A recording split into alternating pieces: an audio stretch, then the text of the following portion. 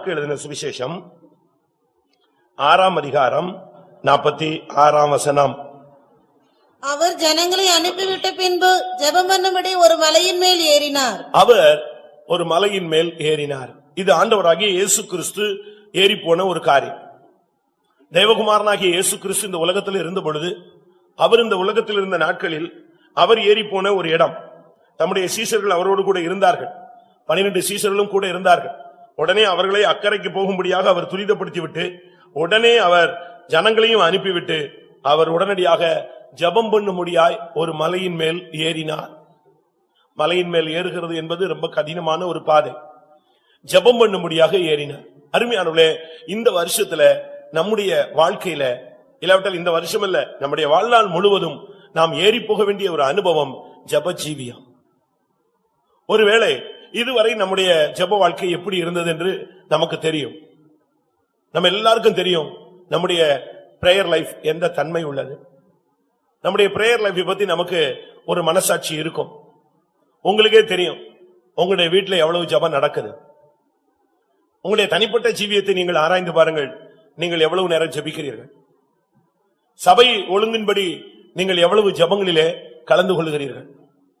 இல்லாவிட்டால் ஒரு சிலர் அப்படி அல்ல, பிரச்சனைன்னா இந்த தமிழ்ல சொல்லுவாங்க, காரியம் ஆகணும்னா என்ன செய்வாங்க, கழுத கால கூட போய் பிடிச்சுக்குவாங்க. என்ன செய்யணும், காரியம் என்ன செய்யணும், ஆகணும். அதுபோல நம்முடைய ஆட்கள் எல்லாம் பிரச்சனைன்னு சொன்னா உடனே ஆண்டவர் காலை பிடிப்பாங்க. இந்த யாக்கோபை போல பிரச்சனை முடிஞ்சிச்சுன்னா அவன் பாட்டுக்கு 20 வருஷம் அமைதியா போயிட்டே இருப்பான். பிரச்சனை தீர்வுகிற வரைக்கும் தான் அவங்க ஜெபம் பண்ணுவாங்க. பிரியமானவர்களே, இது ஒரு ஆவிக்குரிய வாழ்க்கை அல்ல. இது ஒரு ஸ்டாண்டர்ட் லைஃப் கிடையாது. ஒரு சரியான ஒரு ஸ்டாண்டர்ட் ஸ்பிரிச்சுவல் லைஃப் சொல்லுகிறது ஜெபத்துல எப்பொழுதுமே ஏறிக்கிட்டே இருக்கணும். அவர் ஜெபம் பண்ணும்படியாக ஒரு மலையின் மேல் ஏறினார். நம்முடைய இந்த வருஷத்துல முதலாவது நம்முடைய ஜெப ஜீவியத்தை நாம் இன்னொரு படிக்கு கொண்டு வருவோம். இதுவரை நீங்கள் ஜெபித்ததை நான் குறை சொல்ல விரும்பவில்லை. ஆனால் இதுவரை ஜெபித்ததை விட இந்த வருஷம் இன்னும் அதிகமாய் ஜெபிக்க நாம் ஏறி வர வேண்டியது அவசியமாக இருக்கிறது. இன்னைக்கு வாலிபர்களுக்குள்ள ஒரு பெரிய ஜெபாவி வந்திருக்கு. நீங்க பாருங்க எவ்வளவு வாலிபர்கள் ஜெபிக்க ஆரம்பிச்சிட்டாங்க தெரியுமா? வயதிபர்கள்லாம் இப்ப உட்கார்ந்தாங்க. வாலிபர்களுக்குள்ள ஒரு அனல் பற்றக்கூடிய ஒரு காலம். நீங்க பாருங்க, 20,000 வாலிபர்களை வச்சு ஜெபிக்க ஆரம்பிச்சா அதுல 15,000 பேர் ஜெபிக்கிறான். 5,000 பேர் தான் ஜெபிக்க மாட்டேங்கிறான். 15,000 பேர் முழங்கால நிக்கிறான். இப்போ ஜெபத்துல ஜனங்கள் ஒருபடி ஏறிட்டு இருக்காங்க. இன்னும் நல்லா சொல்ல போனா நம்ம சபைக்காரங்களை விட மற்ற சபைக்காரங்க ஜெபத்துல என்ன செய்ய ஆரம்பிச்சிட்டாங்க, ஸ்பீட கூட்ட ஆரம்பிச்சிட்டாங்க. ஒரு காலத்துல பெண்டிகாஸ்ட்ல ஜெபம் ரொம்ப ஸ்பீடா இருந்துச்சு. இப்ப அந்த கிஃப்ட் வேற இடங்களுக்கு மாறி இருக்கறத நான் உணர்றேன்.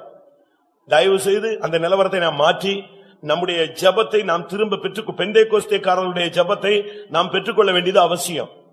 நீங்க ஜெபம் தான் ஒரு மனிதனுடைய அஸ்திபாரம். ஜெபம் இல்லாம அற்புதங்கள், அடையாளங்கள், பணம், பிசினஸ் எல்லாம் இருக்கட்டும், ஜெபம் இல்லாதனால உனக்கு அஸ்திபாரம் இல்லைன்னு அர்த்தம். ஒரு நாள் எல்லாமே ஃபீஸ் பிடிங்கி விட்ட மாதிரி ஆயிடும். அப்படினால நம்முடைய வாழ்க்கையில இயேசு கிறிஸ்து ஜெபம் பண்ணும்படியாக ஒரு மலையின் மேல் ஏறினார். அப்படி ஏறின பொழுது அவருக்கு கிடைச்சது என்ன?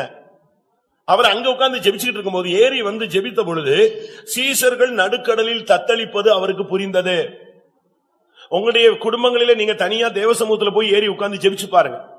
நான் ஒரு வீட்டுக்கு போனேன். அவங்க கொஞ்சம் வசதி உள்ளவங்க. விசிட்டிங் முடிஞ்சு நான் ஜெபிக்கலாமான்னு கேட்டேன். அப்ப அவங்க சொன்னாங்க பிரேயர் ரூமுக்கு போவோம் அப்படின்னாங்க. பிரேயர் ரூமா? சரின்னு போனேன். அங்க போனா அருமையான ஒரு பிரேயர் ரூம். 4 வசனம் போட்டிருக்கு, ஏசி எல்லாம் ஃபிட் பண்ணிருக்காங்க, ரொம்ப அருமையா இருக்கு. அப்ப நான் சொன்னேன், இதுல எப்படின்னு. இல்ல காலையில நாங்க என்ன டைம் இருந்தாலும் நாங்க காலையில எங்க வந்துருவோம், ஜெபத்துக்கு வந்துருவோம். வீக்லி ஒன்ஸ் நாங்க எல்லாருமே உபவாசம் போடுவோம். அது இங்கதான் உட்கார்ந்துருப்போம். அப்ப போனு எல்லாத்தையும் வெளியே தூக்கி போட்டு அந்த உபவாச நேரத்துல நாங்க தேவ சமூகத்திலேயே இருப்போம். திருப்பி தேவன் அவங்களை ஆசீர்வதிக்காம என்ன பண்ணுவாரு? தேவன் அவர்களை உயர்த்தாம என்ன பண்ணுவாரு? தேவன் அவர்களை கனம் பண்ணாம என்ன பண்ணுவாரு? அவங்க அந்த நேரத்தை தேவனுக்கு கொடுக்க வேண்டிய அந்த நேரத்தை அழகா கொடுத்துறாங்க. அப்படி கொடுத்த பொழுது தேவன் அவர்களுக்கு தேவைகள் எல்லாம் அள்ளி கொடுக்க ஆரம்பிக்கிறார்.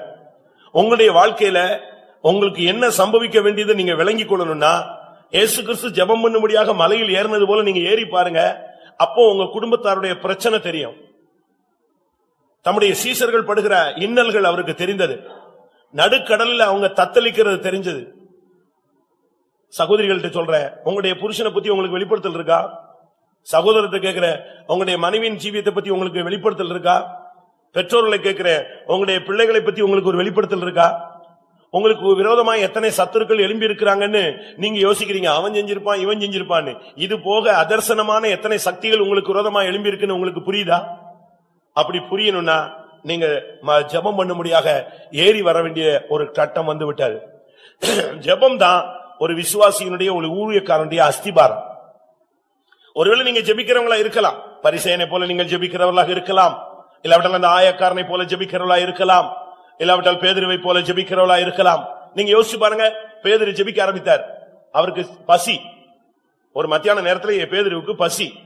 பசிக்காக அந்த வீட்டுல தங்கியிருந்த இடத்த வீட்டுல சொல்றாரு, எனக்கு சாப்பாடு கிடைக்குமான்னு கேட்கிறாரு வாயை திறந்து. உடனே அவங்க போஜனத்தை ரெடி பண்றாங்க. ரெடி பண்ற இந்த கேப்ல போய் அவர் ஜெபிக்க ஆரம்பிச்சிட்டார். ஜெபிக்க ஆரம்பித்த பொழுதுதான் கொர்நேலியுவின் வீட்டுல இருந்து ஆட்கள் வர்றாங்க பேதுருவை கூப்பிட. இவனுக்கு ஒரு தரிசனம், அது ஒரு துப்பட்டி இறங்கி வருகிறதாக, தீட்டுள்ளது அந்த பிராணிகள் இறங்கி வருகிறதாக அவர் அங்கே காண்கிறார். அதுக்கு என்ன விளக்கம், என்ன ஒரு தெளிவில்லாம இப்படி யோசிச்சுக்கிட்டே அந்த வெளிப்படத்தலோடு கீழே இறங்கி வரும்போது கூப்பிடுறாங்க, இப்படி ஒருத்தங்க வந்திருக்கிறாங்க. பாருங்க எவ்வளவு கரெக்டா அந்த காரியங்கள் இணைந்து விட்டது. நம்முடைய வாழ்க்கையில நாம் ஜெபித்தாதான் உன் வாழ்க்கையில உள்ள பிரச்சனை உனக்கு தெரியும். உனக்கு என்ன சம்பவிக்க போது, உனக்கு விரோதமா பிசாசு என்ன பண்ணிருக்கான், தேவன் உனக்கு சாதகமா என்ன பண்ண போறாரு, அந்த காரியம் உனக்கு விளங்கும்.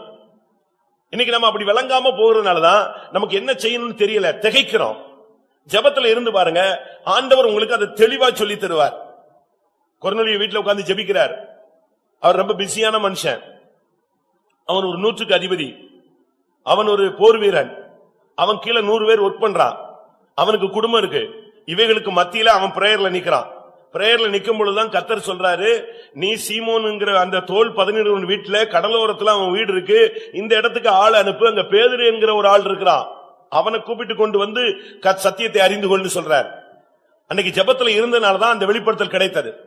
இன்றைக்கு நீங்க இந்த கூட்டத்தின் மூலமாக நீங்கள் ஒரு தீர்மானம் எடுக்க வேண்டிய நேரம். பிரியமானவர்களே, ஜெபத்தில் நீங்கள் ஏறி வாருங்க. அவர் ஜெபம் பண்ணும்படியாக ஒரு மலையின் மேல் ஏறினார். ஏன் கீழே உட்கார்ந்து ஜெபிச்சா ஜெபம் கேட்காதா? தேவகுமாரன் எங்க இருந்து ஜெபிச்சாலும் கேட்காதா? அப்படி அல்ல, ஜெபத்துக்கென்று அவர் ஏறி வர வேண்டிய ஒரு பகுதியை வைத்திருந்தார். அருமையானவர்களே, நம்முடைய வாழ்க்கையில இதுவரைக்கும் நீங்க காமன் நேரம் ஜெபிச்ச ஒரு ஆளா இருக்கலாம், இல்லாவிட்ட ஒரு நிமிஷம் ஜெபம் பண்ற ஆளா இருக்கலாம். ஒரு சிலரை ஜெபிக்க சொன்னா, ஆண்டவரே எல்லாவற்றையும் நீர் பொறுப்படுத்திக் கொள்ளும் இயேசுவின் நாமத்தில், ரொம்ப பரந்த மனப்பான்மையோடு ஜெபிச்சு முடிச்சிட்டார். இப்படி ஜெபிக்கிற ஆளுங்களும் இருக்காங்க. ஒரு சிலர் ஜெபிக்க விட்டா பெல்லும் கிடையாது, பிரேக்கும் கிடையாது, அது பாட்டு போய்கிட்டே இருப்பாங்க, எல்லாரும் எழும்பி போயிடுவான். அப்படியும் ஜெபிக்கிறவங்களும் இருக்காங்க. ஆனா நீ உண்மையான ஒரு ஜெப ஜீவியத்தை நீங்க ஏறி வாங்க. உன் குடும்பத்தில் உள்ள போராட்டம் உனக்கு தெரியும், உன் பிரச்சனை உனக்கு தெரியும், என்னென்ன சத்துருவின் கண்ணி இருக்குன்னு உனக்கு தெரியும். நான் விசுவாசியா இருக்கும்போது இந்த பக்கத்துல இருக்கிற ஏரல்ல ஒரு கன்வென்ஷன் நடந்தது, அதுக்கு நான் வந்தேன். அப்ப என்னுடைய வயது 18. நான் வந்திருக்கிறேன், ஒரு நைட் இங்க தங்கி இருக்கிறேன். அடுத்த நாள் காலையில ஞானசான ஆராதனை அங்க ஒரு ரைஸ் மில்ல நடக்குது. அப்ப நான் உட்கார்ந்து இருக்கேன், பைபிள் ஸ்டடி நடந்துட்டு இருக்கு, நான் பைபிள் ஸ்டடியில உட்கார்ந்து இருக்கிறேன். ஒரு சத்தம், என் மகனே உனக்கு இங்கே கண்ணி விரிக்கப்பட்டிருக்கிறது அப்படின்னு. நான் போய் யூத்து, எனக்கு புரிஞ்சிருச்சு. அப்ப இங்க நம்ம இங்க இருந்து இடத்தை காலி பண்றது நல்லது. காலைல பைபிள் ஸ்டடி முடிஞ்சது, ஞானசானம் முடிஞ்சது, சர்வீஸ்ல போய் உட்கார்ந்தேன். கரெக்டா ஆமீன் போட்டதான் புரட்டு ஒரே ஓட்டேன். இந்த கேப்புக்குள்ளேயே எனக்கு என்ன கண்ணி இருக்குன்னு எனக்கு புரிஞ்சிருச்சு. அவர் சொல்லிட்டாரு என்கிட்ட. அதுக்கு பிறகு நான் பார்த்த ஆளுங்க, சிரிச்ச ஆளுங்க, என்னை நோக்கின ஆளுங்களை எல்லாரையும் பார்த்தேன். ரைட், எனக்கு ஆவியானவர் சொல்லிட்டாரு இதுதான் உனக்கு கண்ணின்னு. அன்னையோட அப்பமே நான் கிளம்பி வீட்டுக்கு ஓடி போயிட்டேன். எதுக்கு இதை சொல்றேன்னா, உனக்கு நீ தேவ சமூகத்தில் இருக்கும்போது உனக்கு இன்னைக்கு என்ன சம்பவிக்கணும் உன் மேப் உன் கையில வந்துடணும். இன்னைக்கு உன்னுடைய குடும்பத்தில் என்ன நடக்க போகுதுங்கிறத கரெக்டா சொல்லுவோம். அப்படி விசுவாசிகள் இருக்கிறாங்க, ஊழியக்காரங்க இருக்கிறாங்க, பைபிள் அப்படிப்பட்ட ஆதாரங்கள் ஆயிரக்கணக்கில் இருக்கு. ஆனா நாம இன்னும் அந்த அளவு பிரேயர்ல ஏறி வரல. அதுதான் உண்மை. நீங்க கரெக்டா ஏறி வந்து பாருங்க, அந்த ஜெபத்துல இன்னொரு ஸ்டெப்புக்கு வந்து பாருங்க, கரெக்டான வெளிப்படுத்தல் வரும். 17 வயதுல எத்தனையோ வருஷங்களுக்கு பின்னாக நடக்க போறது யோசேப்புக்கு வெளிப்படுத்தப்பட்டது. எல்லாரும் வந்து வணங்குவாங்க, சூரியனும் சந்திரனும் வந்து வணங்கும், நட்சத்திரங்களும் வந்து வணங்கும். கரெக்டா சொல்றாங்க. அது அப்படியே டிட்டோவா நடந்தது, அதுல மாற்றமே கிடையாது. அதுக்கு காரணம் அவனுடைய தனிப்பட்ட தேவனோட ஐக்கியம். இந்த வருஷத்துல அருமையானவர்களே, உங்களுக்கு தேவன் சொல்லுகிற வார்த்தை, உன் வாழ்க்கையிலே நடக்கிற பல காரியங்களை நான் உனக்கு வெளிப்படுத்த போகிறேன். உன்னுடைய வாழ்க்கையிலே உன்னுடைய குடும்பத்துல மறைந்திருக்கிற ரகசியங்களை உனக்கு வெளிப்படுத்த போகிறேன். சில கருகலானவைகளை நான் உனக்கு தெளிவிக்க போகிறேன். புரிந்து கொள்ள முடியாத காரியங்களை உனக்கு புரிந்து கொள்ள வைக்க போகிறேன். ஆனால் நீயோ ஏறி வந்து ஜெபிக்க வேண்டும். இருக்கிற நிலவரத்தில் உன்னுடைய ஜெபம் போதாது. இன்னும் பிரதிஷ்டை பண்ணி ஜெபம் பண்ணு. இன்னும் முழங்கால் போட்டு ஜெபம் பண்ணு.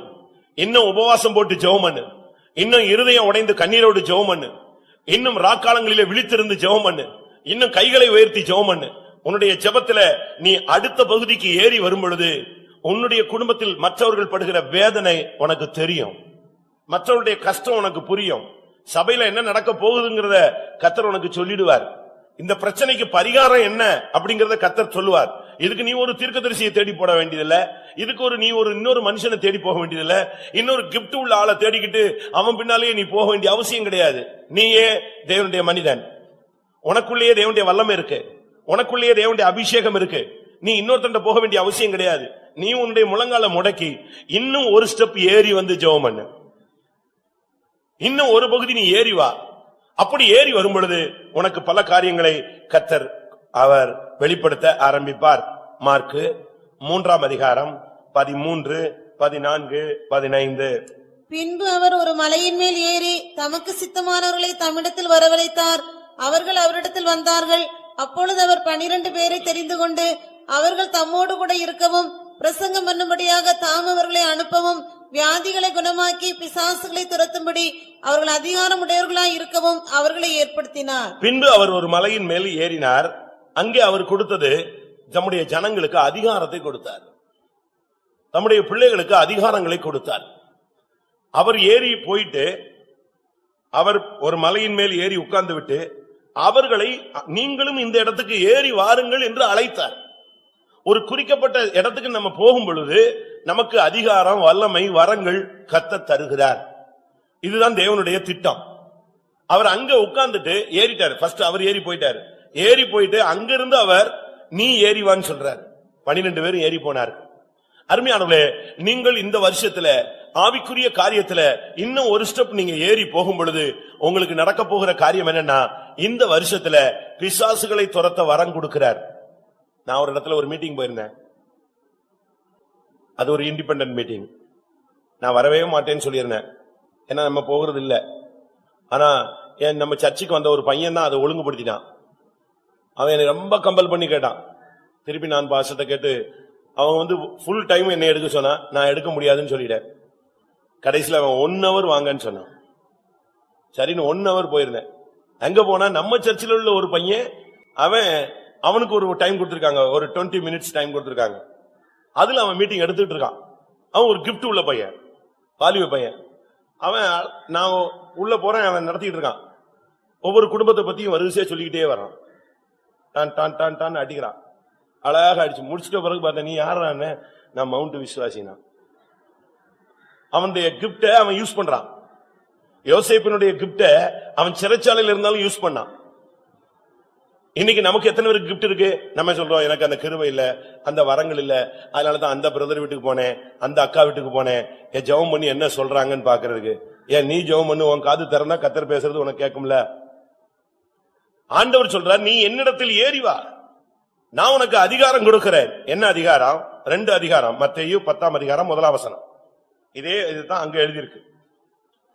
அப்பொழுது அவர் தம்முடைய 12 சீஷர்களையும் தம்மிடத்தில் வரவழைத்து அசுத்த ஆவிகளை துரத்தவும் சகல வியாதிகளையும் சகல நோய்களையும் நீக்கவும் அவர்களுக்கு அதிகாரம் கொடுத்தார். இது சீஷர்களுக்கு கொடுத்த அதிகாரம். நாம் எல்லாருமே சீஷர்கள். மத்தேயு 28ஆம் அதிகாரத்தில் கடைசியில பார்க்கும் பொழுது, நீங்கள் போய் சகல ஜாதிகளையும் சீஷராக்கி, சீஷத்துவத்தில் தான் நம்ம இப்ப உட்கார்ந்து இருக்கிறோம். அப்படியானால் ஒரு ஊழியக்காரனுக்கு தான் பிசாசு துரத்த முடியுமா? இல்ல ஊழியக்காரனுக்கு தான் வியாதிகளை குணமாக்கும் அதிகாரம் கொடுத்திருக்கிறாரா? அப்படி அல்ல. வேதம் இன்னும் நாம் ஆழமாக சிந்திப்போமானால், மார்க்கு எழுதின சுவிசேஷம் 16ஆம் அதிகாரம் 17ஆம் வசனம். விசுவாசிக்கிறவர்களால் நடக்கும் அடையாளங்களாவன, என் நாமத்தினாலே பிசாசுகளை துரத்துவார்கள், நவமான பாஷைகளை பேசுவார்கள். நைட்டு 12 மணிக்கு உனக்கு பிசாசு போராட்டம் வந்துருச்சு. இனிமே பிரதர் 100 கிலோமீட்டர் தள்ளி இருக்கிறாரு, அவர் வர்ற வரைக்கும் இந்த பிசாசு வந்துட்டு முட்டிக்கிட்டே இருக்கும். நீ உட்கார்ந்துட்டு பாஸ்டர் வாங்க பாஸ்டர் வாங்கன்னு கேட்டுட்டு இருப்பியா? சொல்லுங்க. உங்க வீட்டுக்குள்ள ஒரு அந்நிய சக்தி உள்ள வருது, ஒரு அந்நியன் வர்றான். நீங்க என்ன செய்வீங்க? ஓடி போய் வீட்டு பின்னால கட்டி கதவை திறந்துட்டு ஓடி போயிருவீங்களா? எதிர்த்து நின்று போராடுவோம். அதனாலதான் வேதம் சொல்லுகிறது பிசாசுக்கு எதிர்த்து நில்லுங்கள்னு சொல்லி இருக்கு. விசுவாசிக்கிறவர்களால் நடக்கும் அடையாளங்கள் யாவன? அது ஒரு விசுவாசியினுடைய அடையாளமே பிசாசுகளை துரத்துதல், வியாதியஸ்தர்களுக்கு ஜெபம் பண்ணி சுகமாக்குதல். இது ஒரு விசுவாசிக்கே தேவன் கொடுத்த அடையாளம். இதுக்கு போக நாம் ஏறி போகும் பொழுதுதான் தேவன் அவர்களுக்கு, அந்த ஊழியர்களுக்கு, அவர்களுக்கு சுவிசேஷத்தை அறிவிக்க, தன்னோடு கூட இருக்க, இப்படிப்பட்ட அதிகாரங்கள் வல்லமைகளை எல்லாம் தேவன் கொடுக்கிறார். அதனால் தேவனுடைய பிள்ளைகள், இந்த வருஷத்துல நீங்கள் ஜெபத்திலே ஒரு பகுதி ஏறி போனால், ஆண்டவரோடு நெருங்கி இன்னொரு பகுதி ஏறி போனால், இயேசு மலையில ஏறி ஒரு இடத்துல போய் ஏறி உட்கார்ந்துட்டு அவர்களை ஏறி வாங்கன்னு சொன்னார். இயேசுவோடு நீங்கள் நெருங்கி வரும் பொழுது, ஆண்டவருடைய ஐக்கியத்தில் நீங்கள் இன்னும் ஆழமாய் இறங்கி வரும் பொழுது, நமக்கு நடைபெறுகிற சம்பவம் என்னன்னா, கர்த்தர் இந்த வருஷத்துல உனக்கு அதிகாரங்களை கொடுக்கிறார், கிருபைகளை கொடுக்கிறார். நீ ஜெபிக்கும் பொழுது அதுக்கு பரலோகத்திலிருந்து ஆமென் என்கிற ஒரு சத்தம் உண்டாகும். நீ ஜெபிச்ச உடனே அந்த ஆவி அந்த மனுஷனை விட்டு விலகி போகும். நீ தேவனுடைய சமூகத்தில் ஜெபித்த உடனே அந்த வியாதி அந்த மனுஷனை விட்டு விலகி போகும். நானு ஊழியத்துக்கு வந்த புதுசுல நான் ஒரு இடத்துல அசிஸ்டண்டா இருந்தேன். ஒரு நைட்டு அங்க புது பைத்தம் பழைய பைத்தம் அப்படின்னு ரெண்டு இருந்துச்சு. ஊழியக்காரங்க தங்குறது பழைய பைத்தம்ல, புது பைத்தம் கட்டிக்கிட்டு இருந்தாங்க. அதனால ஒரு ஓல ஷெட்ல கூட்டம் நடத்திட்டு இருந்தாங்க. நைட்டு 10 மணி ஜெபத்துக்கு பெரியவர் வரல, நானும் போல. சிஸ்டர்ஸ் ஜெபிச்சுட்டு இருக்கும்போது பயங்கரமான ஒரு பிசாசு ஆட ஆரம்பிச்சிருச்சு. இவங்க எவ்வளவோ நேரம் துரத்தி கடைசியில அதை வின் பண்ணிட்டாங்க. வின் பண்ணிட்ட பிறகு இப்ப நாங்க பிரதர்ஸ் எல்லாம் சேர்ந்து ஜெபிப்போம். 12 மணில இருந்து காலையில 4 மணி வரைக்கும், 4-5 மணி வரைக்கும் போகும். அதுக்கு நான் போயிருந்தேன். இந்த பழைய பைத்தம்ல இருந்து புது பைத்தம்ல இருந்து பழைய பைத்தம்ல போய் தான் விசுவாசிகள் எல்லாம் தங்கணும். இங்க சிஸ்டர்ஸ் எல்லாம் அதுக்கு புறப்பட்டு போயிட்டு இருக்காங்க. இந்த ரெண்டுக்கும் நடுவுல ஒரு பெரிய கிரவுண்ட். அந்த சகோதரிக்கு பிசாசு போயிடுச்சு. ஒரு சகோதரிக்கு தான் அந்த போராடி ஜெயிச்சிட்டாங்க. இப்ப அந்த கிரவுண்ட்ல போகும்போது திடீர்னு பாத்தீங்கன்னா சம்பந்தம் இல்லாத ஒரு சிஸ்டர் வாயில கைய வச்சுட்டு, ஆவி வந்துருச்சு, வாயில கைய வச்சுட்டு ஒரு விசில் அடிச்சது, வீன்னு கத்திச்சு பாருங்க. ஒரு விசுவாசி அங்க இல்ல. கூட போய்கிட்டு இருந்தா அவ்வளவு வெறும் பாதி பழைய பைத்தம் ஓடிடுச்சு, பாதி புது பைத்தம் ஓடிடுச்சு, பாதி ரயில்வே ட்ராக் அந்த சைட்ல ஓடி போச்சு, எல்லாம் ஓடிட்டாங்க. இது மட்டும் தனியா நின்னு உயின்னு கத்திட்டு இருக்கு. இதுதான் நான் டச் பண்ண முதல் பிசாசு வாழ்க்கையில. எனக்கு அது முன்னால இந்த எக்ஸ்பீரியன்ஸும் கிடையாது. பிசாசு துரத்துல போய் உட்கார்ந்து ஜெபிச்சிருக்கிறேன், நல்ல அபிஷேகத்துல ஜெபம் பண்ணுவேன். முடிஞ்ச பிறகு அவங்க சொல்லுவாங்க பவர் பயங்கரமா இருந்துச்சு, அக்னி இருந்துச்சுன்னு. நானு அன்னைக்கு தான் திடீர்னு பார்த்தாங்க, பிரதர் அங்க பாருங்கன்னு. போய் பார்த்தா அந்த சகோதரி, இந்த முதல்ல விரட்டின சகோதரி இல்ல, இன்னொன்னு, ஆண்டவர் அந்த ஆவியை ஒப்பு கொடுக்கிறார். நடு கிரவுண்ட்ல நின்று கத்துன கத்துல ஒரு விசுவாசி அது இயேசுவின் நாமத்துல போன்னு சொல்றதுக்கு என்ன இல்ல அங்க கிடையாது. ஒரே ஓட்ட ஓட்டா திருப்பி நான் போய் அதான் ஃபர்ஸ்ட் நான் டச் பண்ணது. உடனே அந்த ஆவி விலகிருச்சு, ஓடி போச்சு. அது பாண்டிச்சேரியில இருந்து அந்த சகோதரி வந்திருந்துச்சு. அப்ப நான் சொன்னேன், இவ்வளவு நேரம் நீ வெளியே வரலன்னு. இவ்வளவு நேரம் நான் தம் பிடிச்சு பார்த்தேன், என்னால முடியல, ஆவியானவர் என்னை ஒப்பு கொடுத்துட்டாரு. அந்த ஆவி சொல்லு, நீங்க ஆண்டவரோடு நெருங்கி வந்தா வியாதி குணமாகும், பிசாசு ஓடும். இதுக்கு இன்னொரு ஆளை நீங்க தேடி போக வேண்டிய அவசியமே இல்லை. வைத்தியனே உன்னை நீயே குணமாக்கிக்கொள். இந்த வருஷத்துல உனக்கு கர்த்தர் நீ ஏறி போனா உனக்கு கிஃப்ட் தர்றாரு, அதிகாரம் கொடுக்கிறார், வல்லமை கொடுக்கிறார், ஆளுகை கொடுக்கிறார். சத்துருக்கள் மத்தியில ஒரு பந்தியை உனக்கு ஆயத்தப்படுத்துவார். இது தேவன் உனக்கு கொடுக்கிற ஒரு உரிமை. விசுவாசிகளோடு நடக்கும் அடையாளங்கள் யாவன? அவர்கள் பிசாசுகளை துரத்துவார்கள். நீங்களே இயேசுவின் நாமத்துல போன்னு சொல்லணும். ஒரு பிரச்சனை வந்துருச்சு, பிசாசு வந்துருச்சுன்னு சொன்னா இயேசுவின் நாமத்துல போ. என் வீட்டுல, என் மனைவியில, என் புருஷன்ல, என் பிள்ளைகள்ல, என் தொழில, என் ஊழியத்துல உனக்கு அதிகாரம் கிடையாதுன்னு சொல்லணும். ஏனென்றால் எந்த வல்லமைக்கு நம்ம என்ன கிடையாது, உரிமை கிடையாது. சத்துருவின் சகல வல்லமைகளை மேற்கொள்ள முடி நான் உனக்கு அதிகாரம் கொடுக்கிறேன், அவைகளில் ஒன்று உன்னை சேதப்படுத்த மாட்டாது. ஆனால் நீ ஒன்று செய்யணும், ஏறி வர வேண்டிய ஒரு டைம் இருக்கு. ஆண்டவர் சொல்றார், இங்கே ஏறி வாருங்கள். தன்னிடத்தில் ஏறி வர அவர்களை அழைத்து அவர்களுக்கு அதிகாரத்தை கொடுக்கிறார். இந்த வருஷத்துல ஆண்டவருக்கும் உனக்கும் நல்ல ஒரு ஐக்கியம் இருக்கணும், ஒரு இணைப்பு இருக்கணும், ஒரு தொடர்பு இருக்கணும். ஆண்டவரோடு நாம் நெருங்கி வரும் பொழுது நமக்குள்ள இருந்து தேவனுடைய வல்லமை தானா வெளியே வரும். அற்புதங்கள் தானாய் நடக்கும், அதிசயங்கள் தானாய் நடக்கும். இன்னைக்கு எத்தனை பேர் அதை விசுவாசிகள் ஒரு அல்லேலூயா சொல்லுங்க பார்க்கலாம். இந்த வருஷம் கர்த்தர் உன்னை ஏறி வரும்படியாக சொல்லுகிறார். ஒன்று, ஜெபத்தில் நீ ஏறி வர வேண்டும். இரண்டாவது, ஆண்டவரோடு நெருங்கி வரும்படியாக நீ ஏறி வர வேண்டும். அப்பொழுது உனக்கு தேவன் அதிகாரத்தையும் வல்லமையும் கொடுக்கிறார். 1 சாமுவேல் 14 அதிகாரம் 10 வசனத்திலே பார்க்கும் பொழுது, யோனத்தானும் அவனுடைய ஆயுததாரியும் சத்துருவை எதிர்க்கும்படியாக அவர்கள் ஒரு செங்குத்தான மலையிலே ஏறி போகிற ஒரு தன்மையை நாம் பார்க்க முடியும். அப்படி ஏறி போகும் பொழுது அவன் சொல்றான், 2 பேரும் போறாங்க. யோனத்தானும் அவனுடைய ஆயுததாரியும் சத்துருக்களுக்கு மத்தியில இறங்கி யுத்தத்துக்கு போகிறதுக்கு ட்ரை பண்றாங்க. ஒரு பகுதியில சவுலின் பாளையம் இருக்கிறது, எதிர் பகுதியில பெலிஸ்தருடைய பாளையம் இருக்கிறது. 2 பேரும் ஒவ்வொரு இடத்துல நின்றுட்டு இருக்காங்க, ஸ்டாண்ட் பண்ணிட்டு இருக்காங்க. யுத்தம் எப்போ நடக்கும் தெரியாது. இந்த நேரத்துல யோனத்தான் சொன்னா, நீ வா. ஆயுததாரிய கூட்டிட்டான், நீ வா, நம்ம 2 பேரும் போகணும். நாம் 2 பேரும் போய் அந்த குறிக்கப்பட்ட இடத்துல போய் நிப்போம். அவங்க ஏறி வாருங்கள்னு சொல்லிட்டாங்கன்னா அதுதான் அடையாளம். என்ன அடையாளம்? அவர்களை தேவன் நம்முடைய கையில், வாசிங்க 1 சாமுவேல் 14:9-10 வாசிங்க. நாங்கள் உங்களிடத்துக்கு வருமட்டும் நில்லுங்கள் என்று நம்முடைய சொல்வார்களானால் நாம் அவர்களிடத்துக்கு ஏறி போகாமல் நம்முடைய நிலையிலேயே நிற்போம். எங்களிடத்துக்கு ஏறி வாருங்கள் என்று சொல்வார்களானால் ஏறி போவோம். கர்த்தர் அவர்களை நம்முடைய கையில் ஒப்பு கொடுத்தார், இது நமக்கு அடையாளம் என்றான். பாருங்க, யுத்த களத்தில் நின்னுட்டு ஒரு அடையாளத்தை அவன் அடையாளம் சொல்றான். நமக்கு ஜெயம் கிடைக்குதுன்னா ஒரு அடையாளம் இருக்கு. யுத்தகலம் அங்க ஒரு பகுதியில சத்துரு உட்கார்ந்துட்டு இருக்கலாம், ரொம்ப ரெடியா நின்னுட்டு இருக்கிறான். ஆனா இப்ப 2 பேர் தான் இப்ப உள்ள இறங்குறாங்க. அதுவும் செங்குத்தான பாறையில தவிழ்ந்து தவிழ்ந்து தவிழ்ந்து தவிழ்ந்து ஏறி வந்தாச்சு. ஏறி ஒரு குறிக்கப்பட்ட இடத்துக்கு வந்த உடனே அவங்க பார்த்துட்டாங்க. அப்ப இவன் சொல்றான், நில்லுன்னு சொல்லிட்டான்னா நம்ம தோத்துட்டோம், முடிஞ்சு போச்சு. ஏறி வான்னு சொல்லிட்டான்னா நமக்கு என்ன கிடைக்குது? ஜெயம் கிடைக்குது.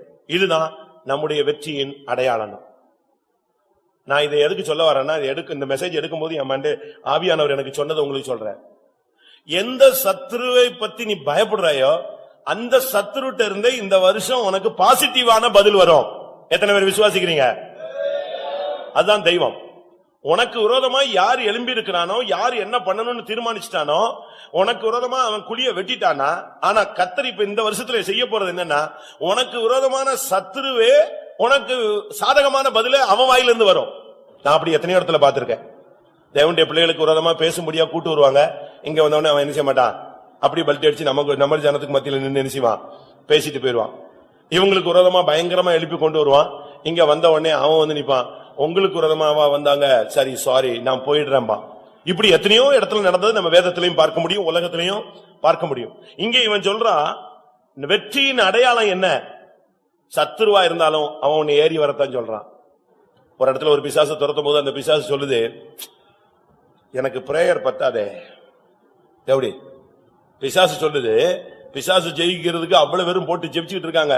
அல்லேலூயா ஆமென்ங்கறான் ஒருத்தன், பிசாசு முழங்கால் நிக்கிறான், ஒருத்தன் கை வைத்திட்டு இருக்கான். அது சொல்லுது, எனக்கு துரத்துற அளவுல இன்னும் எனக்கு என்ன வரல, பிரேயர் பத்தாது, குறைஞ்சிருக்குங்குது. பிரேயரை கூட்டுங்குது. யார் சொல்றது? பிசாசு சொல்லுது, எனக்கு பிரேயர் பத்தாது, அக்னி பத்தல, ஸ்பீடு என்னை எரிச்சா தானே நான் போவேன், நான் நல்லா தானே இருக்கிறேன். அவன் ஜெபம் பண்றீங்க, ஆனா எனக்கு ஒண்ணும் ஆகலையே. நீ ஜெபம் பண்ணும் போது எனக்கு பத்தி எரியணும், அதனால எனக்கு பிரேயர் போதாதுன்னு சொல்லுது. அதனாலதான் இந்த வருஷத்துல நீங்கள் சத்துருக்களே உங்களுக்கு சாதகமான பதில் சொல்லுவாங்க, ஏறி வா, நீ இன்னும் ஏறி வா, ஏறி வந்தால் உனக்கு ஜெயம் கிடைக்கும். யோனத்தானுடைய நிலவரம் என்னன்னா, அவன் வந்து என்ன பண்ணணும்னு தெரியாம கடைசியா தன்னுடைய ஆயுததாரியை கூட்டிட்டு கிளம்பிட்டான். கிளம்பி அங்க போனா அங்க அவங்க சொல்றாங்க, அவங்க நினைச்சது வேற. ஏறி வா, நாங்க உனக்கு என்ன செய்யறோம், நல்ல பாடம் கற்பிக்கிறோம். வாசிங்க. தானையும் இருக்கிற மனுஷர் யோனத்தானையும் அவன் ஆயுததாரையும் பார்த்து, எங்களிடத்துக்கு ஏறி வாருங்கள், உங்களுக்கு புத்தி கற்பிப்போம் என்றார்கள். அப்பொழுது யோனத்தான் தன் ஆயுததாரியை நோக்கி, என் பின்னாலே ஏறி வா, கர்த்தர் அவர்களை இஸ்ரவேலின் கையில் ஒப்பு கொடுத்தார் என்று சொல்லி, யோனத்தான் தன் கைகளாலும் தன் கால்களாலும் தவழ்ந்து ஏறினான். அவன் ஆயுததாரி அவன் பின்னாலே ஏறினான். எப்படி ஏறினான் பாருங்க, ஏறின தன்மையை பாருங்க. கைகளாலும் கால்களாலும் தவிழ்ந்து தவிழ்ந்து தவிழ்ந்து தான் ஏறாங்க. ஏன்னா செங்குத்தான பாறை, இவன் அவங்க சொன்னாங்க நல்லா ஏறி வரட்டும், இங்க ஏறின பிறகு அவனை வெட்டலாங்கிறான். இவன் என்ன சொல்றான், நம்மள ஏறி வர சொல்லிட்டான், நமக்கு இதுதான் அடையாளம், இதுதான் ஜெயத்தின் அடையாளம், ஏறுண்டான். இவன் ஏற அவங்க 2 பேரும் ஏறி ஏறி ஏறி போய் கடைசியில் ஜெயிச்சிட்டாங்க. 2 பேரை வைத்து கர்த்தர் ஜெயத்தை கொடுத்தார். நீயும் உன்னுடைய மனைவியும், நீயும் உன்னுடைய புருஷனும், நீயும் உன்னுடைய பிள்ளைகளும் 2 பேரும் ஒருமனப்பட்டு இந்த வருஷத்துல எந்த யுத்தத்தையும் எதிர்கொள்ளுங்கள். 2 பேர் ஒருமனப்பட்டால் அங்கே நான் இருப்பேன். ஆயுததாரிட்ட சொல்றான், நீ ஏறிட்டே வா, நான் முன்னால ஏறிட்டு இருக்கேன், நீ பின்னால ஏறி வா. குடும்பமா ஏறுங்க, ஆவிக்குரிய ஜீவியத்துல குடும்பமா முன்னேறுங்க. இது என்ன இப்போச்சுன்னா, இப்போ புருஷன் நல்ல ஸ்பீட்ல இருப்பாரு, மனைவி அப்படிலாம் கோயிலுக்கு எல்லாம் போக வேண்டாம், நம்ம சொந்தங்கள் இருக்கு பந்தங்கள் இருக்கும்பாங்க. மனைவி புல் ஸ்பீட்ல இருக்கும், புருஷன் சொல்லுவாரு இப்படி எல்லாம் ஒண்ணு போக வேண்டியதில்ல, மெல்ல போ அப்படின்பாரு. இப்படி இந்த பிரச்சனை 2 பேருக்கு இழுத்துக்கிட்டு கடைசியில இவங்க ஏறி போக மாட்டாங்க, சத்துரு குடும்பத்தை போட்டு சிதறடிக்கிறான். இதான் இன்னைக்கு நடக்குது.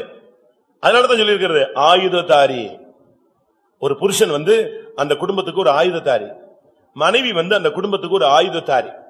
புருஷன் ஒரு ஏற்ற துணை, மனைவி ஒரு ஏற்ற துணை. 2 பேரும் ஏறி போனோம். புருஷன் நல்லா ஜெபிச்சுட்டு இருப்பாரு, மனைவி பாத்தீங்கன்னா அது அவங்க அம்மா வீட்டுக்கு புறப்பட்டு போயிடும். மனைவி பயங்கரமா ஜெபிச்சுட்டு இருப்பா, இவன் ஃபுல் பிளாட்ல இருப்பான், தூங்கிட்டு இருப்பான். திருப்பி எப்படி உனக்கு ஜெயம் கிடைக்கும் வாழ்க்கையில? குடும்பத்துல எப்படி ஆசீர்வாதம் வரும்?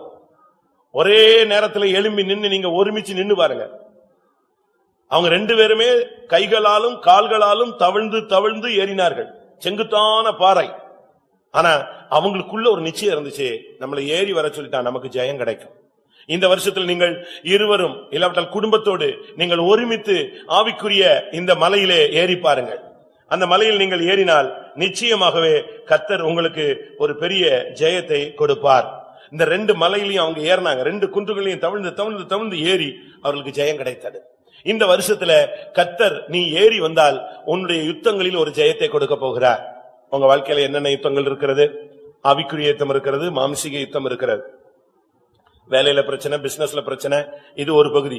குடும்பத்துல பிரச்சனை, அண்ணன் தம்பி பிரச்சனை, கூட வேலை பார்க்கறவனால பிரச்சனை, நண்பர்களால பிரச்சனை, பக்கத்து வீடால பிரச்சனை, இது மனுஷ போராட்டம். இன்னொரு பகுதியில ஆவியில பலவிதமான சத்துருக்கள் நமக்கு விரோதமாய் செய்வன, ஏவல், பில்லி சூனியம், இன்னும் மனசுல பலவிதமான குழப்பங்கள், இப்படிலாம் இருக்கு. இதுல எல்லாம் நீ ஜெயிக்கணும்னா யோனத்தான் சொல்றான், ஏறி வாருங்கள் அவன் சொன்னான்ட்டான், சொல்லிட்டான்னா அது நமக்கு ஜெயம். இந்த வருஷத்துல கர்த்தர் உன்னோடு பேசுகிறார், என் மகனே என் மகளே நீ ஏறி வா, கைகளாலும் கால்களாலும் தவிழ்ந்து ஏறி வா. கை காலெல்லாம் சிராய்ப்பு வந்தா பரவாயில்ல, கஷ்டப்படு, வாழ்க்கையில முன்னேறதுக்கு நீ ஒப்புக்கொடு. நீ ஏறி வந்தால் நான் உன் சத்துருக்கள் மத்தியிலே ஒரு பெரிய ஜெயத்தை தருவேன். இன்றைக்கு நம்மில் எத்தனை பேர் ஏறி வந்து ஜெயத்தை காண விரும்புகிறீர்கள்? யோனத்தானும் ஆயுததாரியும் வந்த பொழுது சரியான அடி, 2 பேரை வச்சு கர்த்தர் ஒரு பெரிய சேனையே, வேதம் சொல்லுகிறது பூமி அதிர்ந்துதான் அவங்க அடிச்ச அடியில. வாசிங்கள் 15. அப்பொழுது பாளையத்திலும் வெளியிலும் சகல ஜனங்களிலும் பயங்கரம் உண்டாய், தானியம் இருந்தவர்களும் கொள்ளையிட போன தண்டில் உள்ளவர்களும் கூட தீயில் அடைந்தார்கள். பூமியும் அதிர்ந்தது, அது தேவனால் உண்டான பயங்கரமாய் இருந்தது. எப்படி இருக்கும் பாருங்க, 2 பேர் அடிச்ச அடியில தேவன் ஒரு பெரிய பயங்கரத்தை உண்டு பண்ணார். நீங்க 2 பேரும் ஒருமித்து பாருங்க, நீங்க அருமையா இந்த வாழ்க்கையில முன்னேறி போகலாம். தயவு செய்து குடும்பத்தில் இருக்கிறதான கசப்புகள், குடும்பத்தில் இருக்கிற பிரிவினைகள், குடும்பத்தில் இருக்கிறதான கசப்பான வேர்களை தயவு செய்து இந்த வருஷத்துல நீங்கள் பிடுங்கி எடுங்க. உங்களுடைய பிள்ளைகளுக்குள்ள ஏதாவது கசப்புகள் இருந்தா அதெல்லாம் சரிப்படுத்துங்க. மனைவிக்குள்ள இருந்தா அந்த கசப்பை வெளியே எடுங்க, புருஷனுக்குள்ள இருந்தா அதை வெளியே எடுங்க. உங்களுக்குள்ள கசப்புகளை வச்சுக்கிட்டே நீங்க வாழ்க்கையில பயணப்பட்டீங்கன்னா நீங்க ஜெயிக்க முடியாது. கசப்பை நீங்க சரிப்படுத்தாத பட்சத்தில் நீங்க ஏறி போக முடியாது. நீங்கள் சத்துருக்கள் கையில இந்த வருஷம் ஒப்பு கொடுக்கப்படக்கூடாது. சத்துருக்களை கர்த்தர் உங்கள் கையில் ஒப்பு கொடுக்க வேண்டும். அப்படியானால் நீ ஏறி போக வேண்டிய ஒரு தன்மை இருக்கிறது. அந்த 2 மலைகளிலும் அவர்கள் குன்றுகளிலும் சிகரங்களிலும் ஏறினாங்க. ஏறினதுனாலதான் பயமே கிடையாது, அவனுக்கு நிச்சயம் வந்துருச்சு. ஏறி வாருங்கள்னு வார்த்தை கிடைச்சிருச்சு. அந்த இன்னொரு மலையில இருந்து ஒருத்தன் சத்தம் கொடுக்கறான், ஏறி வாருங்கள். எவ்வளவு அருமையான ஒரு வார்த்தை. இவன் அதைத்தான் எதிர்பார்த்தா அப்பதான் ஜெபிச்சுட்டு நிக்கிறான். தன்னுடைய ஆயுததாரிய பார்த்து சொல்றான், ஏறி வாருங்கள்னு சொன்னான்னா நமக்கு ஜெயம். அடுத்த வார்த்தை எங்க இருந்து வருது? அடுத்த வார்த்தை என்ன வருது? ஏறி வாருங்கள். அருமையான ஒரு வார்த்தை. இந்த வருஷத்துல அருமையான தேவனுடைய பிள்ளைகளே, நீங்கள் உங்களுடைய ஆவிக்குரிய யுத்தங்களில் ஜெயிக்கும்படியாக கர்த்தர் உங்களை ஏறி வரும்படியாக அழைக்கிறார். அப்போஸ்தலர் 1 அதிகாரம் 13 வசனம். அவர்கள் அங்கே வந்தபோது மேல் வீட்டில் ஏறினார்கள். அதில் பேதுருவும் யாக்கோபும் யோவானும் அந்திரேயாவும் பிலிப்பும் தோமாவும் பர்தலமேயும் மத்தேயும் அல்பேயுவின் குமாரனாகிய யாக்கோபும் செலோத்தே என்னப்பட்ட சீமோனும் யாக்கோபின் சகோதரனாகிய யூதாவும் தங்கியிருந்தார்கள். இயேசுவின் அங்கே இவர்கள் எல்லாரும் ஸ்திரீகளோடும் இயேசுவின் தாயாகிய மரியாளோடும் அவருடைய சகோதரரோடும் கூட ஒருமனப்பட்டு ஜெபத்திலும் வேண்டுதலிலும் தரித்திருந்தார்கள். இது பெந்தேகோஸ்தே நாளிலே அந்த மேல் வீட்டில் ஏறின ஒரு அனுபவத்தை காண்பிக்கிறது. அப்பொழுது அவர்கள் எருசலேமுக்கு வந்து சேர்ந்தார்கள். அங்கே வந்தபோது அவர்கள் மேல் வீட்டில் ஏறினார்கள். மேல் வீட்டில பார்க்கும் பொழுது ஒவ்வொருத்தரும் இருக்கிறாங்க. இயேசுவின் தாயாகிய மரியாளும் இருக்கிறார். பரிசுத்த ஆவியின் அபிஷேகத்தை பெற நீங்கள் ஏறி வாருங்கள். அபிஷேகம் இல்லாம கிறிஸ்டியன் லைஃப் பூர்ணப்படாது.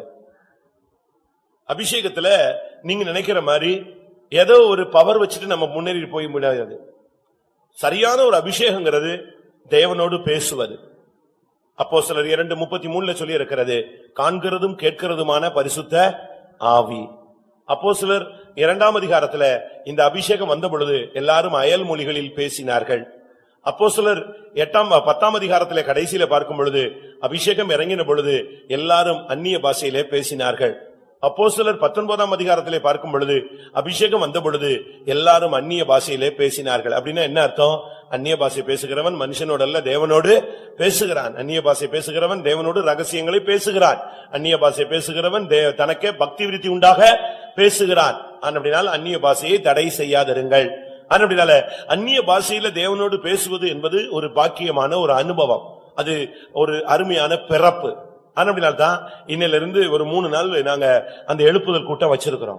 இந்த டைமை நீங்க பயன்படுத்தணும். நம்ம இந்த நாட்களை பயன்படுத்தாத பட்சத்தில் தான் நாம் தடுமாறுகிறோம். ஆண்டவர் வச்சிருக்கும் போது நீங்க முழங்கால போட்டுறணும், ஒடிக்கணும். முழங்கால் ஒடிஞ்சா கூட பரவாயில்ல. 3 நாளும் 3 மணி நேரம் 9 மணி நேரங்க 9 hours முழங்கால போடுங்க.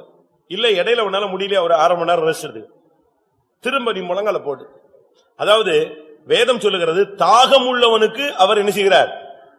தண்ணீரை தாகமுள்ள யாவரும் என்னிடத்தில் ஜீவ தண்ணீரில் பருக கடவர்.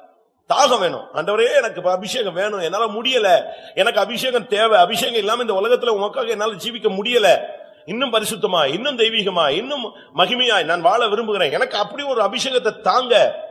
அந்த அபிஷேகத்துக்காக நீங்க தவிக்கணும். இயேசுவின் தாயாகிய மரியாள் ஒரு நாள்ல பரிசுத்த ஆவி அவளுக்குள் வந்தது, இயேசு உருவானார். அது ஒரு கட்டம். ஆனா இப்போ அந்நிய பாஷை பேசி இந்த பரிசுத்த ஆவியின் அபிஷேகத்தை பெறதுக்காக அவங்களும் மேல் வீட்டுல ஏறி உட்கார்ந்துருந்தாங்க. அவங்களுக்கும் அந்த அபிஷேகம் கிடைத்தது. அந்த 120 பேர்ல அந்த கவுண்டிங்ல யாரும் இருக்கா? இயேசுவின் தாயாகிய மரியாள் இருந்தாங்க. சரியான ஒரு அபிஷேகம். எல்லாரும் நல்ல அபிஷேகத்தில் நிரம்பி வரங்கள், வல்லமைகள், தாளந்துகள், கிருபைகள், ஈவுகள், வெளிப்படுத்தல்கள் ஆளுகை செய்ய வேண்டும். மேல் வீட்டில் ஏறினதுன்னு சொல்றது சாதாரண அனுபவம் அல்ல. அதுல செலோத்தே இருக்கிறான். அங்க ஒவ்வொருத்தர் பேரும் அழகா சொல்லி இருக்கிறது. செலோத்தே என்னப்பட்ட சீமோன். செலோத்தேன்னு சொன்னா அப்ப இருந்த ஒரு புரட்சி படையில ஒரு பெயர், ஒரு தீவிரவாத குரூப்புடைய பெயர் தான் என்னது? செலோத்தே. அதுல இருந்தால் தான் யாரு இவன். நீ யாராக இருந்தாலும் கர்த்தருடைய சமூகத்துல வா, உன்னுடைய தீவிரவாத புத்தி போகும், உன்னுடைய கொடூரமான புத்தி போகும், உன்னுடைய துன்மார்க்கமான பாவ வாழ்வைக்கு முடிவு உண்டாகும், உன்னுடைய எல்லா தோல்விகளுக்கும் ஒரு விடுதலை கிடைக்கும். ஆண்டவருடைய சமூகத்தில் நீங்க அந்த அனுபவத்தை நாம் பெற்றுக்கொள்ள வேண்டும். பரிசுத்த ஆவிங்களை அதை நீங்க எக்ஸ்பீரியன்ஸ்ல அனுபவிக்கும் பொழுதுதான் அது தெரியும். நல்ல ஆவிக்குள்ள வரும்போது ஒவ்வொரு கன்னியா தெரிக்கும். உனக்கே தெரியும். பாஸ்டர் டி அவர்கள் சொல்வார், அவர் சொல்லும்போது சரியா நீ ஜெபிச்சு பாரு, உனக்குள்ள இருக்கிற மிருகம் எல்லாம் வெளியே போறது நீ என்ன செய்வ பார்ப்பாயின் பாரு. நல்லா ஜெபிச்சுட்டு இருந்தீங்கன்னா உங்களுக்குள்ள இருந்து ஒன்னொன்னா வெளியே போகும். உனக்குள்ள இருதயத்திலிருந்து பெருமை, வீண் காரியம், கர்த்தருக்கு பிரியம் இல்லாத எல்லாம் உன்னை விட்டு வெளியே போகும். நிறைவானது வரும் பொழுது குறைவானது ஒழிந்து போகும். ஆண்டவருடைய வல்லமை வரும் பொழுது உனக்குள்ள இருக்கிற மாம்சம் முற்றிலுமா தகிக்கப்பட்டு போகும். அப்படி ஒரு அபிஷேகத்தை நான் நாசரத்துல வாஞ்சிக்கிறேன். நீங்களும் அதை வாஞ்சித்து இந்த கூட்டங்கள்ல வாங்க.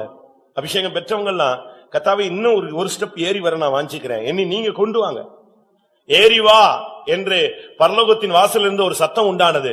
உடனே நான் ஆவிக்குள்ளானேன், அந்த வாசலுக்கு போனேன். அங்கே போன பொழுது சிங்காசனத்தில் வீற்றிருந்தவரை கண்டேன் என்று சொல்கிறார். அந்த வசனம் அப்படித்தான் சொல்லுது. சிங்காசனத்தில் வீற்றிருந்தவர் இப்படி இப்படி இருந்தார் என்று சொல்றார். அப்படினால நாம் இந்த நாட்கள்ல ஏறி வந்து சரியான ஒரு அபிஷேகம்னா நம்ம பெறுகிறதெல்லாம் சும்மா அப்படி அழகா என்ன சட்டை வந்து அயனிங் பெறக்கூடாது, முழங்கால் அழுக்காயிடக்கூடாது. ஒரு 10 நிமிஷம் இருப்போம், எந்திரிச்சு அப்படியே பாத்ரூம் போவோம், எல்லாம் இங்க ஃபுல் ஸ்விங்ல இருக்கும், இவன் எந்திரிச்சு அப்படியே போவான். அது கொஞ்சம் கூட அந்த தேவ சமூகத்தை அனுபவிக்கிறோங்கிற ஒரு நாலேஜே இருக்காது. அப்படி இருக்கவே கூடாது. சுகர்ல உச்சகட்டத்தில் இருக்கிறவங்க எந்திரிச்சு போலாம், மற்ற அவ்வளவு பேரும் நின்னு அடிக்கணும்.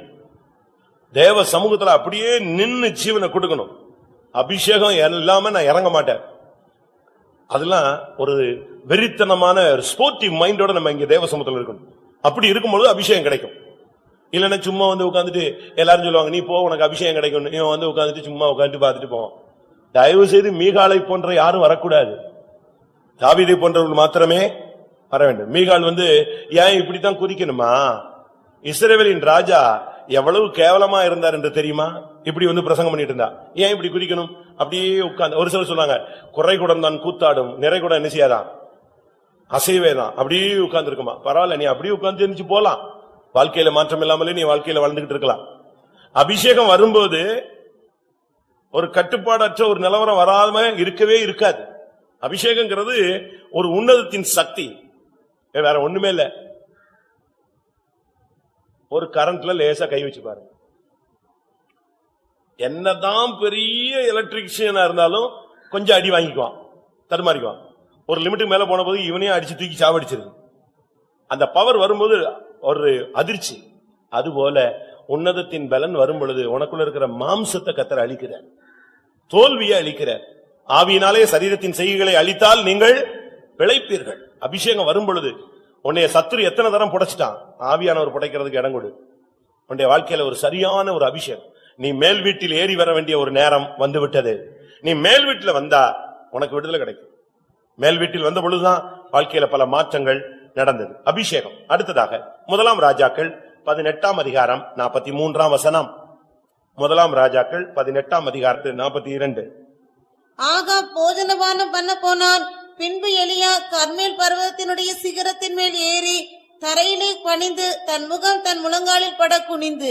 எலியா கர்மேல் பர்வதத்தின் சிகரத்தின் மேல் ஏறினான். ஏனென்றா இவன் ஒரு ஜெபம் பண்ணிட்டான். இவன் சாதாரண ஜெபம் அல்ல, இவன் பண்ண ஜெபம் என்னன்னா, நான் சொல்லாம மறுபடி மழை பெய்யக்கூடாது, நான் சொல்லாம மறுபடி பனி பெய்யக்கூடாது. 1 ராஜாக்கள் 17:1. கீலேயாத்தின் குடிகளிலே திஸ்பியனாகி எலியா ஆகாபை நோக்கி, என் வாக்கின்படியே அன்றி இந்த வருஷங்களிலே பனியும் மழையும் பெய்யாதிருக்கும் என்று இஸ்ரவேலின் தேவனாகி கர்த்தருக்கு முன்பாக நிற்கிற நான் அவருடைய ஜீவனை கொண்டு சொல்லுகிறேன் என்றான். என்ன மாதிரி பிரேயர் பாத்தீங்களா? பாஸ்டர் கேசி வர்கீசன் நமக்கு ஒரு பாஸ்டர் இருந்தார், உங்களுக்கு ஒரு சிலருக்கு தெரிஞ்சிருக்கலாம். தீர்க்கதரிசி வர்கீசன் சொல்லுவாங்க அவர். அவர் வந்து 9 வரமும் அவர்கிட்ட ஒர்க் பண்ணிச்சு. 9 வரமும் யார பார்த்தாலும் பட்டு பட்டுன்னு சொல்லுவார். அதனால யாருமே கிட்ட என்ன செய்யறது இல்ல, போறதே கிடையாது. தசமாகம் கொடுக்கறது கூட கிட்ட போக மாட்டான். பாஸ்டர் அருள்தாஸ் தூத்துக்குள்ள இருந்த போது அவரு பிசாச துரத்தக்கூடிய ஒரு அபரிமிதமான வல்லமை உள்ளவரால். அவர் வந்த உடனே இந்த பழைய விசுவாசிகள்லாம் முந்தி அடிச்சுட்டு போய் தசமாகம் கொடுக்க போனாங்க. பாஸ்டர் நாங்க தான் இந்த சிபிஎம் தொடங்கும் போது இருந்தவங்க, நாங்க தான் அந்த குடும்பம் இந்த குடும்பம்னு அவர் சரி சரின்னு சொல்லிட்டு ஜெபிச்சார். ஜெபிச்சா பழைய விசுவாசியில பாதி பேர் காணிக்க கொடுக்கறதுக்கு முன்னாலே, அவர் காணிக்க வாங்குறதுக்கு முன்னாலே ஜெபிக்கிறார் இல்லையா, அப்பவே பாதி விழுந்து போச்சு, பொத்து பொத்து பொத்துன்னு விழுந்துருச்சு பழைய ஆளுங்கள்ல. அவங்களுக்கு வெக்கமாவே போச்சு, ஏன்னா இதுவரைக்கும் வாழ்க்கையில விழுந்ததே கிடையாது. அதுக்கு பிறகு ஏன் தசமாகம் கொடுக்க போறான், போக வேண்டாம். அதே மாதிரி பாஸ்டர் கேசி வர்கீஸ்ட போனா அப்படி லைஃப சொல்லுவாரு, நீ என்ன பண்ணிட்டு வந்திருக்கிற. அதுக்கு நான் சும்மா ஒரு சாம்பிள் சொல்றேன். ஒரு புருஷன் மனைவி அவரை பார்க்க போறாங்க. பார்க்க போகும்போது புருஷன் சொன்னாரா, டீ குடிச்சிட்டு போலாம், உள்ள போனா கொஞ்சம் நேரம் ஆயிரும், குடிச்சிட்டு போயிடலான்னு. வாங்க பாஸ்டர் பார்க்கலான்னு சொல்லிட்டு இழுத்துட்டு போயிடுச்சு. உள்ள போன உடனே அவர் கேட்டாராம், டீ குடிச்சிட்டு வரலான்னு யோசிச்சிங்களோன்னு. இவருக்கு வேர்த்தே போச்சு. அப்படி அடுத்த செகண்ட் அவ்வளவு கிஃப்ட். போலீஸ்காரங்க கண்டுபிடிக்க முடியாத கேஸ் எல்லாம், திருட்டு கேஸ் எல்லாம் இவர்கிட்ட வந்து லைன்ல நின்னு, ஐயா ஒரு பிரச்சனையான விஷயம், உடனே அவரு இவன் திருடிதான் இந்த இடத்துல இருக்கு இந்த இடத்துல இருக்குன்னு சொல்லுவாரு. அந்த அளவு அந்த கிஃப்ட் பயங்கரமா வேலை செஞ்சாங்க. அப்படிப்பட்டவர் ஜெபத்துல அவர் சொல்றாரு, நான் ஜெபிச்சா அடிச்சதுதான், ஆணி அடிச்சதுதான். அதுல மாற்றமே கிடையாது. இதுதான் எலியாவின் ஜெபம். எலியா சொல்றான், என்னுடைய வாக்கின்படி அன்றி, நான் சொல்லாம எவ்வளவு பெரிய பரிசுத்தவனாலும் சரி, யாரா இருந்தாலும் சரி, என்னுடைய வாக்கின்படி அன்றி இஸ்ரவேல்ல மழையோ பனியோ என்ன செய்யாது, பெய்யாது. பயங்கரமா கார்மேகம் வரலாம், இன்னும் 2 நிமிஷத்துல புயல் அனௌன்ஸ் பண்ணிடலாம், அடிக்க போகுதுன்னு சொல்லலாம். இவன் என்ன சொல்லுவான் தெரியுமா? வராது. அது எப்படி வரும்? நான் சொல்லாம என்ன செய்யாது, வராது. 3.5 வருஷம் இப்படி அடைச்சு வச்சிருந்தோம். ஆகாப் இவனை பார்த்து உன்னை கொன்னே விடுவேன்னு சொன்னான். ஏன்னா வானத்தை அடக்க இவனுக்கு அதிகாரம் இருந்துச்சு. அன்னைக்கு மாத்திரமல்ல, அன்றைக்கு மாத்திரமல்ல, பிரியமானவர்களே, இனி வரப்போகிற உபத்திரவ காலத்துல இவன் வர்றான். அப்பவும் இதே அதிகாரத்தோட தான் வரப்போறான். அவனுடைய அதிகாரம், கிருபைகளும் வரங்களும் ஒருபோதும் மாறி போகிறதில்லை. அவனுக்கு எல்லா அதிகாரமும் இருக்கு. அவனை ஒண்ணுமே பண்ண முடியாது. வெளிப்படுத்தல் 11ஆம் அதிகாரம் 6ஆம் வசனம். வெளிப்படுத்தல் 11:6. அவர்கள் தீர்க்க தரிசனம் சொல்லி வருகிற நாட்களிலே மழை பெய்யாதபடிக்கு வானத்தை அடைக்க அவர்களுக்கு அதிகாரம் உண்டு. இதே அதிகாரத்தை தான் அன்னைக்கு யூஸ் பண்ணா. இப்போ பரலோகத்துல எடுத்துக்கொள்ளப்பட்டு தேவனுடைய சன்னிதானத்துல இருக்கிறா. மறுபடியும் எலியா எங்க வரப்போறாரு? உபத்திரவ காலத்துல, மகா உபத்திரவ காலத்துல இந்த பூமியில இறங்கி யூதர்களுக்கு சப்போர்ட்டா வரப்போறாரு. வரும்போதும் இதே அதிகாரம் என்ன உண்டு? ரோமர்ல சொல்லி இருக்கிறது, வரங்களும் கிருபைகளும் வல்லமைகளும் மாறாதவைகள். அதனால உங்களுக்கு கொடுக்கப்பட்ட வரங்கள் மாறாது. இங்கே பாஸ்டர் கேசி வர்கீஸ் நீங்க கேட்டீங்கன்னா, அவருடைய ஊழியத்துல ஒருத்தன் பயங்கரமா அவருக்கு ஆப்போசிட்டா ஒர்க் பண்ணிட்டான். தப்பான குற்றச்சாட்டை சொல்லி, அநியாயமான ஒரு பழியை சொல்லி, இவரை ஊழியத்துல விட்டு ஓச்சிடணும்னு முடிவு பண்ணிட்டான். இவர் அவனை மன்னிச்சு, மறந்து, சகிச்சு, சுமந்து, அவன்கிட்ட விளக்கம் கொடுத்து, இல்லப்பா அப்படி இல்லை என்னெல்லாமோ சொல்லி பார்த்தாராம்.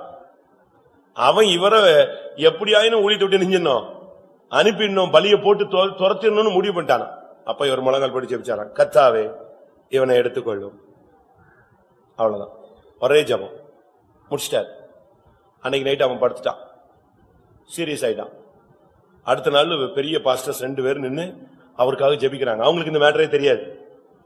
இவர் அப்ப அந்த ரூமை எதேச்சியா எங்கேயோ போறவர் அப்படி கடந்து போயிட்டார், கிராஸ் பண்றாரு. கிராஸ் பண்ணும்போது அவங்க 2 பேரும் இந்த மோசமான சகோதரன் வியாதியில கிடக்கிறவனுக்காக பயங்கரமா ஜெபிக்கிறாங்க. ஜெபிச்சுட்டு இருக்கும்போது இவர் கிராஸ் பண்றாரு. உடனே அவங்களுக்கு சந்தோஷம் வந்துருச்சு. இவர் கிராஸ் பண்றாரு, இவர் கிப்டான ஆளாச்சே, வான்னு சொல்லி நீ வந்து ஜெபம் கொஞ்சம் வந்து. அப்ப அவர் சொன்னாராம், பெட்டிஷன் போட்டது நானு, பெட்டிஷன் போட்டிருக்கவன் நானு, உங்களால பெட்டிஷனை திருப்பி எடுக்க முடிஞ்சா எடுங்கன்ட்டு போயிட்டான். போட்டவன் நானு, பாதிக்கப்பட்டவன் நானு, ரத்தம் சிந்திக்கிட்டு இருக்கிறவன் நானு, நான் பெட்டிஷன் போட்டிருக்கேன், உன்னால முடிஞ்சா திருப்பி எடு. 2 பேரும் சேர்ந்துட்டு போயிட்டான்.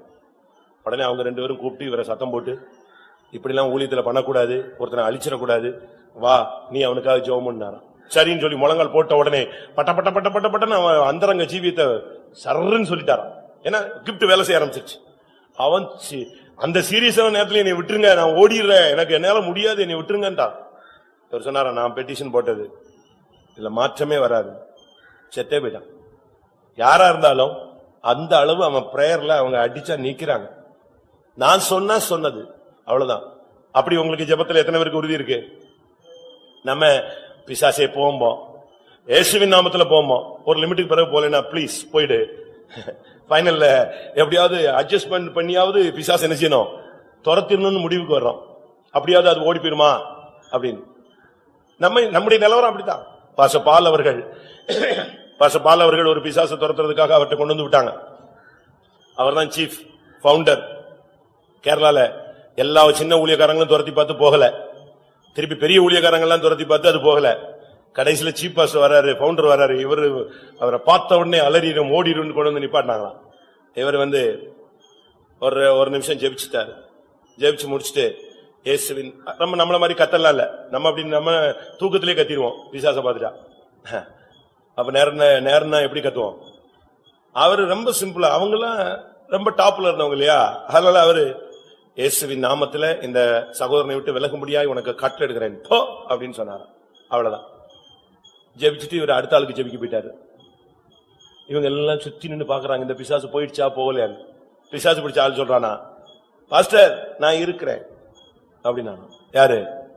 பிசாசு உள்ள இருந்து பேசுது, பரியாசம் பண்ணுது. இப்போ எல்லாரும் முன்னாலையும் சொல்லுது, நான் ஒன்னும் போகல, நீங்க எல்லாரும் பாக்குறீங்கல்ல, நான் இங்கதான் இருக்கிறேன், அவர் ஜெபிச்சாலும் நான் ஒன்னும் போகல.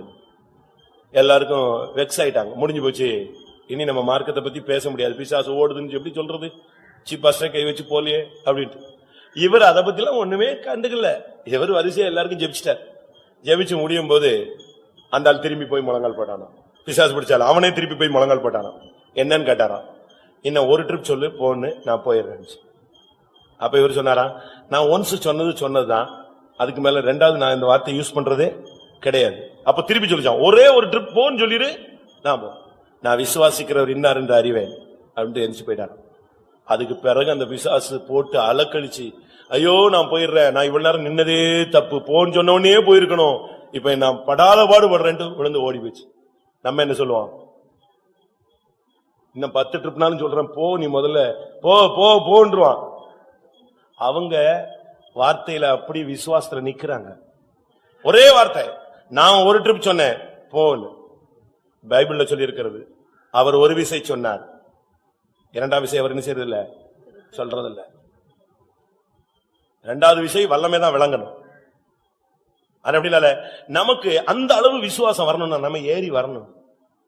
அங்கே வேதம் சொல்லுகிறது, எலியா கர்மேல் பர்வதத்தின் சிகரத்தின் மேல ஏறி அங்கே முழங்கால் படியிட்டு தன் முகம் முழங்காலில் பட குனிந்து, முஸ்லிம் ஜெபிக்கிறான் பாருங்க, அதே மாதிரி குனிந்து ஜெபிச்சுட்டு சொன்னா, ஊழியக்காரனை பார்த்து, நீ போய் சமுத்திரத்தை பார். 7ஆம் விசை பார்த்த பொழுது ஒரு உள்ளங்கை அளவு மேகம் வந்துச்சு. உடனே ராஜாவை கூப்பிட்டு சொன்னா, பெருமழையின் சத்தம் என் காதுல கேட்க, நீ போயிடுன்னு சொன்னான். இது எதை காண்பிக்கிறது?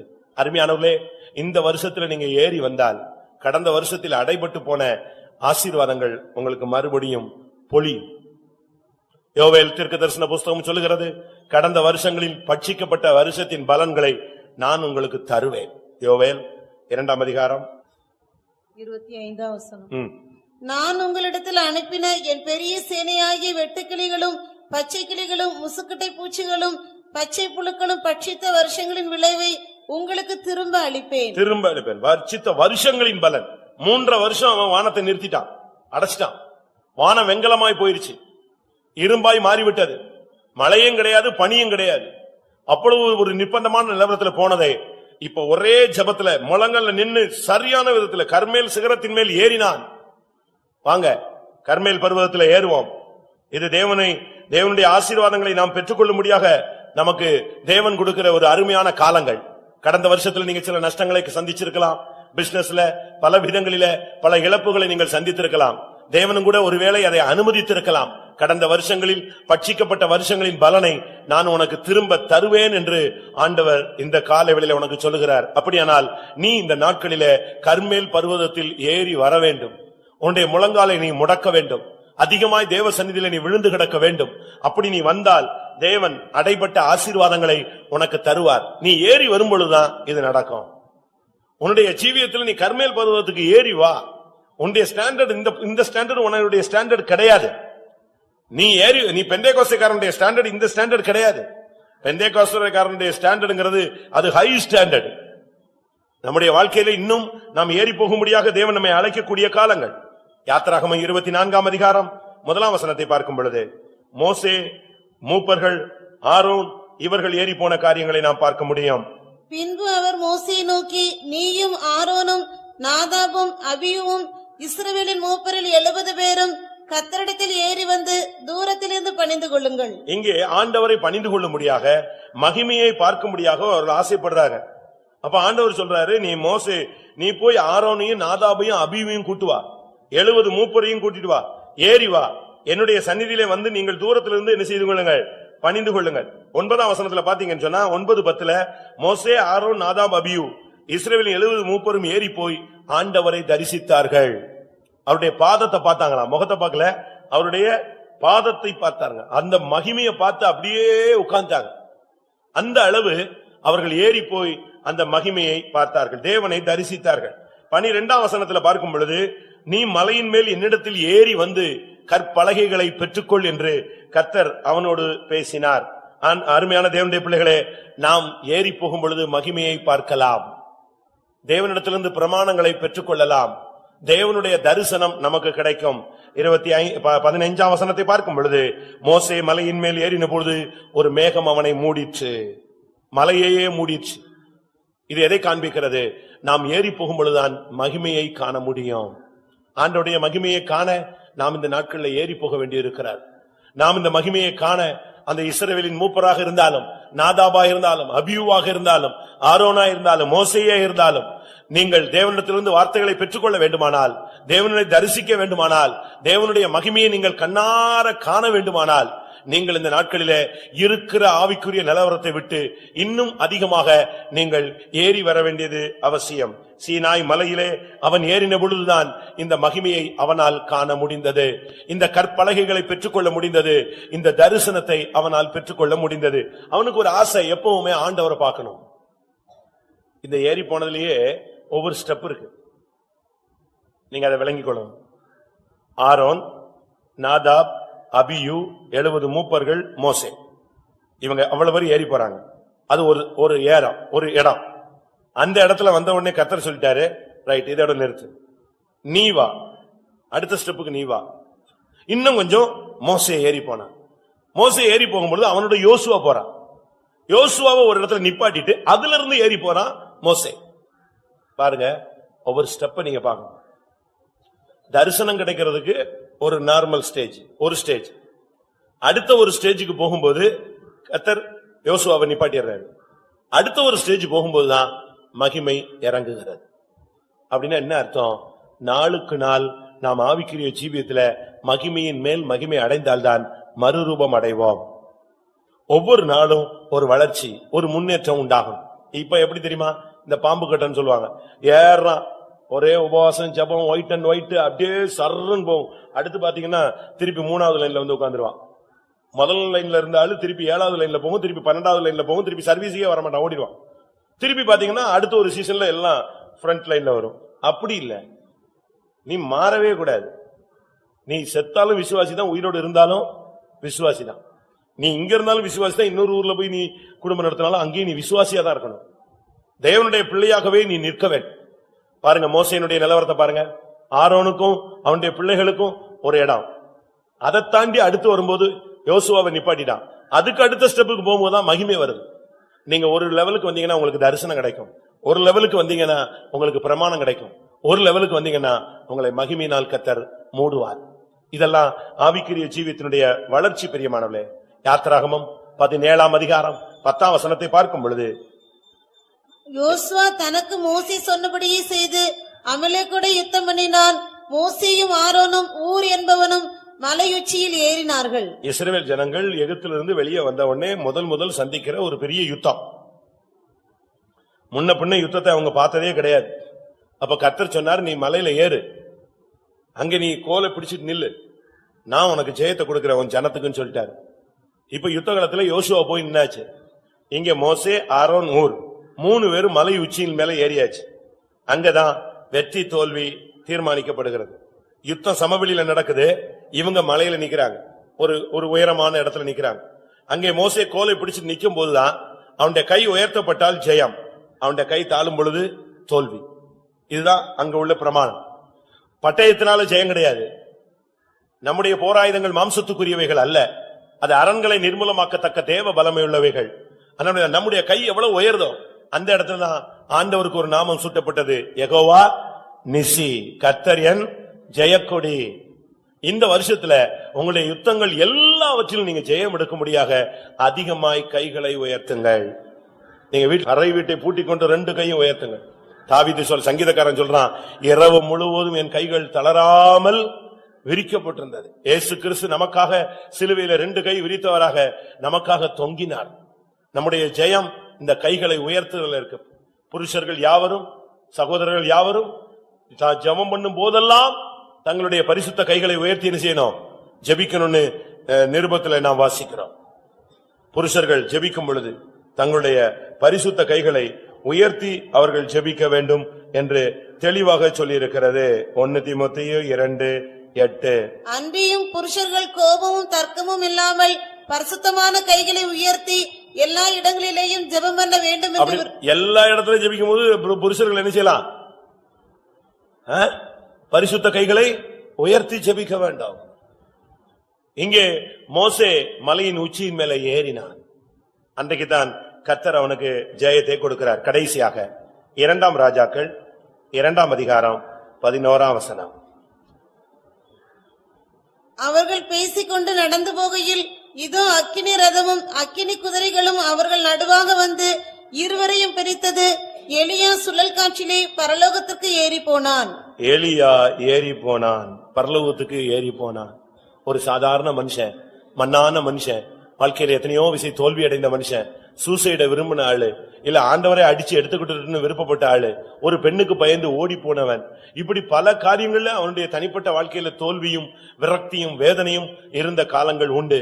தன்னுடைய தலையில முக்காடு போட்டுக்கொண்டு எங்கேயோ ஒரு கபில போய் ஒளிச்சுக்கிட்டு தன்னுடைய வாழ்க்கை வேண்டாம், நான் நல்லவன் இல்லைன்னு அறிக்கை செஞ்ச ஒரு மனுஷன்.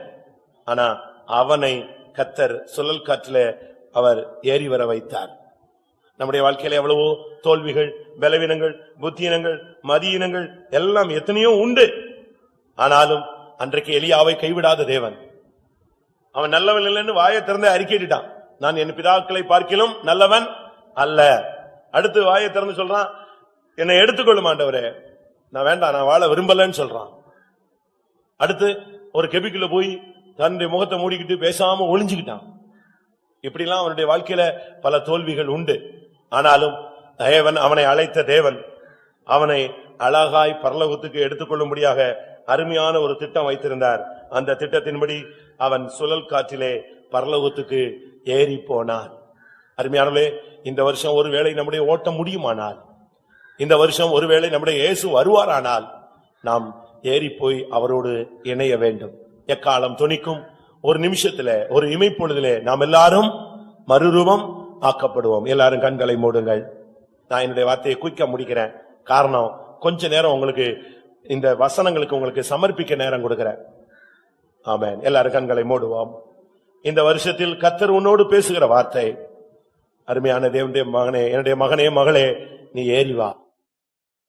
நீ என்னிடத்தில் ஏறி வா, ஆவிக்குள்ளாக ஏறி வா, ஜெபத்தில் ஏறி வா. நான் உனக்கு அதிகாரத்தையும் வல்லமையும் கிருபையும் தருகிறேன். நீ ஏறி வந்தால் நீ ஜெயிப்பாய். அதுவே வெற்றியின் அடையாளம். உன் சத்துருவுக்கு தெரியும், நீ ஏறி வந்தால் ஜெயித்து விடுவாய். ஆமென். இந்த வருஷத்துல நீ ஏறி வந்தால் சத்துருக்கு தோல்வி என்பது அவனுக்கு தெரியும். ஆமென். ஆனபடியால் தான் உன்னை ஏறி வர விடாமல் தடுப்பான். ஆமென், ஆமென், ஆமென், ஆமென். ஒரு 2 நிமிஷம் எல்லாரும் கண்களை மூடுவோம். பைபிள்லாம் மூடுங்க, முழங்கால் போடுங்க.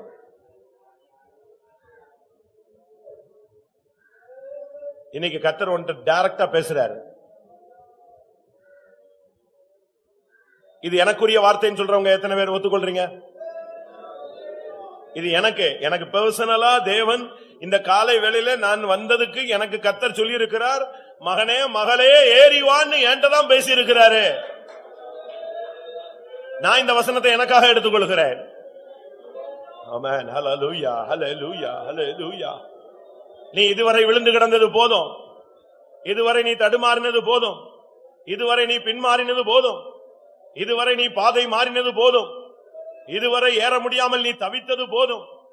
ஏறி வா என்ற சத்தத்துக்கு உன்னை சமர்ப்பித்தாலே ஆவியானவரே உன்னை ஏறி வர வைத்து விடுவார். ஹல்லேலூயா. உடனே நான் ஆவிக்குள்ளானேன், சிங்காசனத்தில் வீற்றிருந்தவரை கண்டேன். ஹல்லேலூயா, ஹல்லேலூயா, ஹல்லேலூயா, ஹல்லேலூயா, ஹல்லேலூயா. ஆமென், ஆமென்.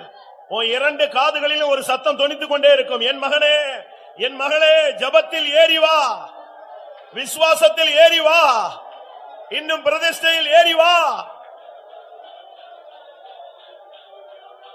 சம்பவிக்க வேண்டிய எல்லா காரியங்களையும் நான் உனக்கு வெளிப்படுத்துவேன். உன் குடும்பத்தில் நடக்க போகிற நன்மைகளை உனக்கு வெளிப்படுத்த போகிறார். உன் வாழ்க்கையில் கிடைக்க போகிற ஜெயத்தை உனக்கு வெளிப்படுத்த போகிறார்.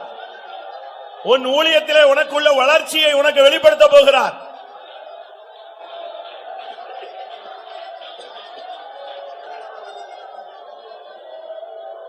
இந்த சபையில் உள்ள எலியாக்கள் ஒவ்வொருவரும் இன்றைக்கு கர்மேல் சிகரத்தின் மேல் ஏறுங்கள்.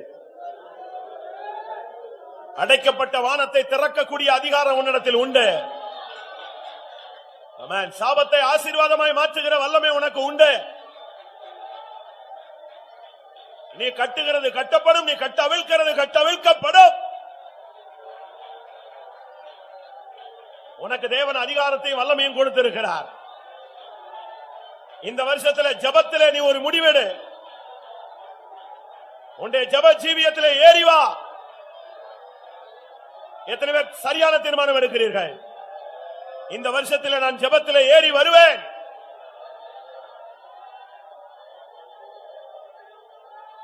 ஏறி வா, அது வெற்றியின் அடையாளம்.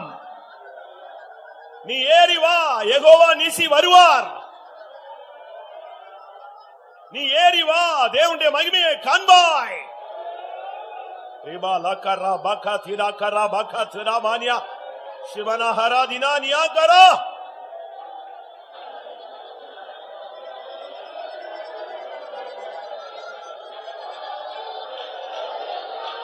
ஆமா, பத்மதீவில் இருந்த மனிதனுக்கு பரத்திலிருந்து வந்த கட்டளை, பரலோகத்தின் வாசலில் இருந்து ஒரு வந்த சத்தம், இங்கே ஏறி வா. அது ஒரு மாம்சீக மனிதனுக்கு குறிக்கப்பட்ட அதிகபட்ச இலக்கு. எப்படி அவன் போக முடியும்? ஆனால் அவன் அதை பற்றி திகைக்கவில்லை. ஆம் ஆண்டவரே சொன்னான். அபிஷேகத்துக்கு இடம் கொடுத்தான். உடனே அந்த வாசலில் போய் நின்றான். ஆமென். நீ ஏறி வர முடியாது என்று சொல்லாத. ஆம் ஆண்டவரே ஏறி வருகிறேன் என்று சொல்லு. கர்த்தர் ஆவியிலே உன்னை உன்னதமான இடத்துக்கு கொண்டு போக போகிறார். உனக்கு எட்டாத உயரத்திலே உன்னை கொண்டு போய் வைத்து அழகு பார்க்க போகிறார். ஆமென், ஆமென், ஆமென். உனக்கு எட்டாத உயரத்தில் உன்னை கொண்டு போவார்.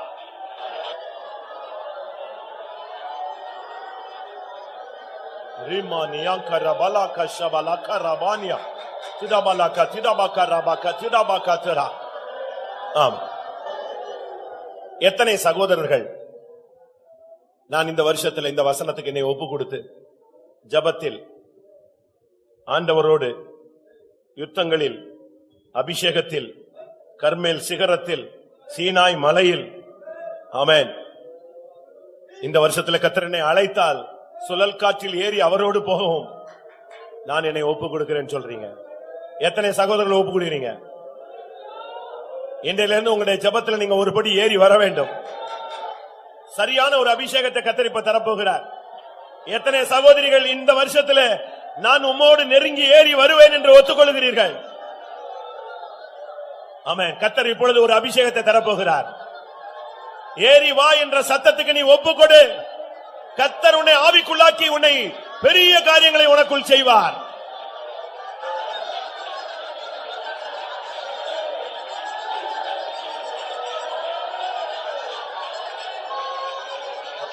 ஹalleluya, ஹalleluya. இபாலா பக்கரா பக்கரா. ஆமென், ஆமென்.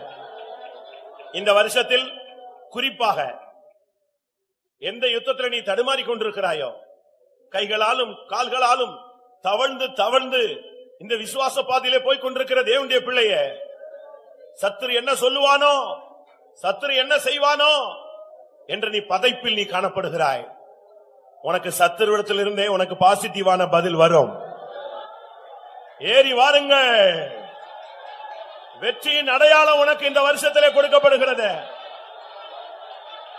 நீ ஜெயிப்பாய். அதுதான் உன்னுடைய அடையாளம். இந்த பந்தயத்தில் நீ தோற்று போவதில்லை. ஹalleluya, ஹalleluya.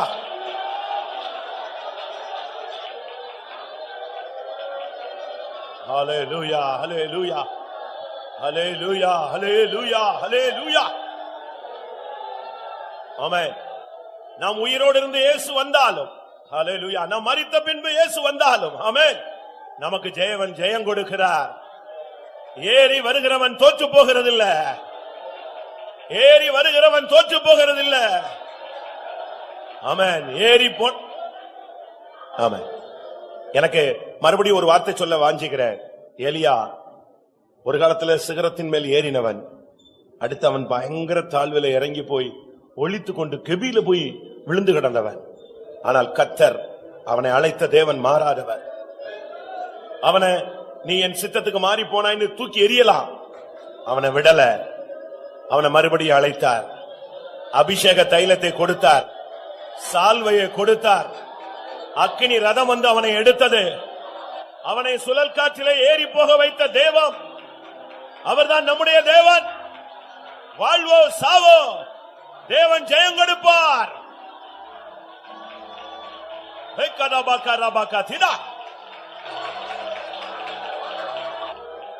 கிறிஸ்து என் ஜீவன் மரணமாதாயம் ஜெயம் தரும் தேவனே என்றென்றும் தோற்றிடும்.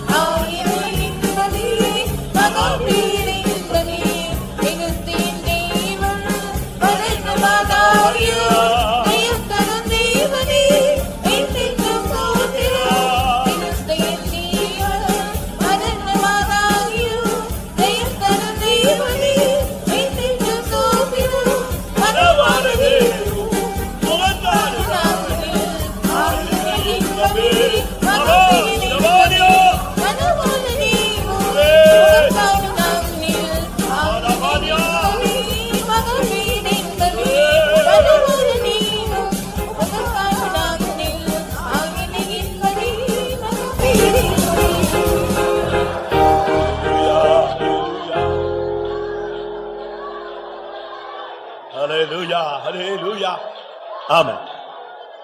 நீங்கள் இன்றைக்கு இந்த கூட்டத்தில் முழங்காலில் நின்று கர்த்தாவே நான் ஏறி வர ஆயத்தமாக இருக்கிறேன், இந்த கர்மேல் சிகரத்தில் ஏறி வர என்னை பலப்படுத்தும்,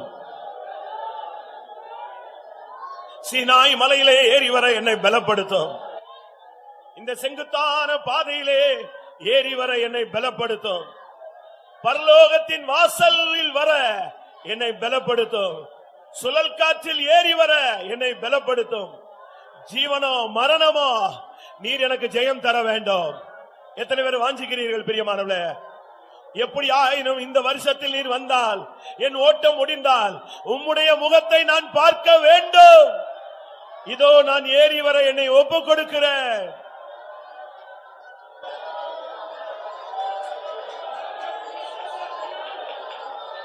Amen. Hallelujah. Hallelujah. கிறிஸ்து என் ஜீவன் மரணமாதாயம் ஜெயம் தரும் தேவனே. எல்லாரும் பாடுங்க, எல்லாரும் பாடுங்க. கிறிஸ்து என் ஜீவன் மரணமாதாயம் ஜெயம் தரும் தேவனே என்றென்றும் ஸ்தோத்திரம். மனவான நீரும் முகக்காரனா. எல்லாரும் பாடுங்க.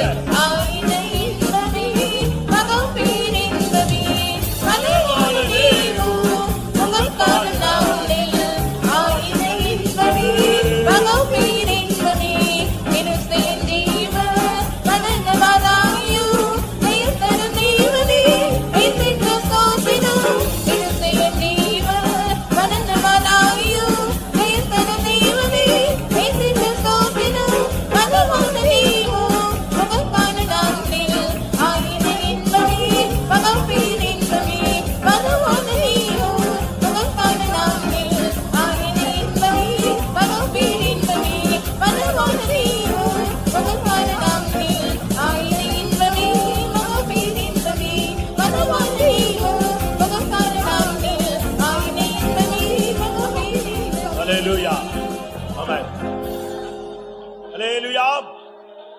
நீ உனக்குள், உங்களுக்குள், உனக்குள், எனக்குள் மனவாட்டியின் வித்து இருக்குமானால் உன்னால சும்மா இருக்க முடியாது.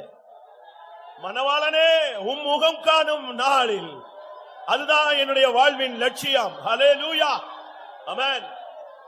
நான் ஏறி வர ஆயத்தமாயிருக்கிறேன் ஆண்டவரே. உம்முடைய முகத்தை காண நான் ஏறி வர வாஞ்சிக்கிறேன். உம்முடைய முகத்தை காண நான் ஏறி வர வாஞ்சிக்கிறேன். ஆமென்.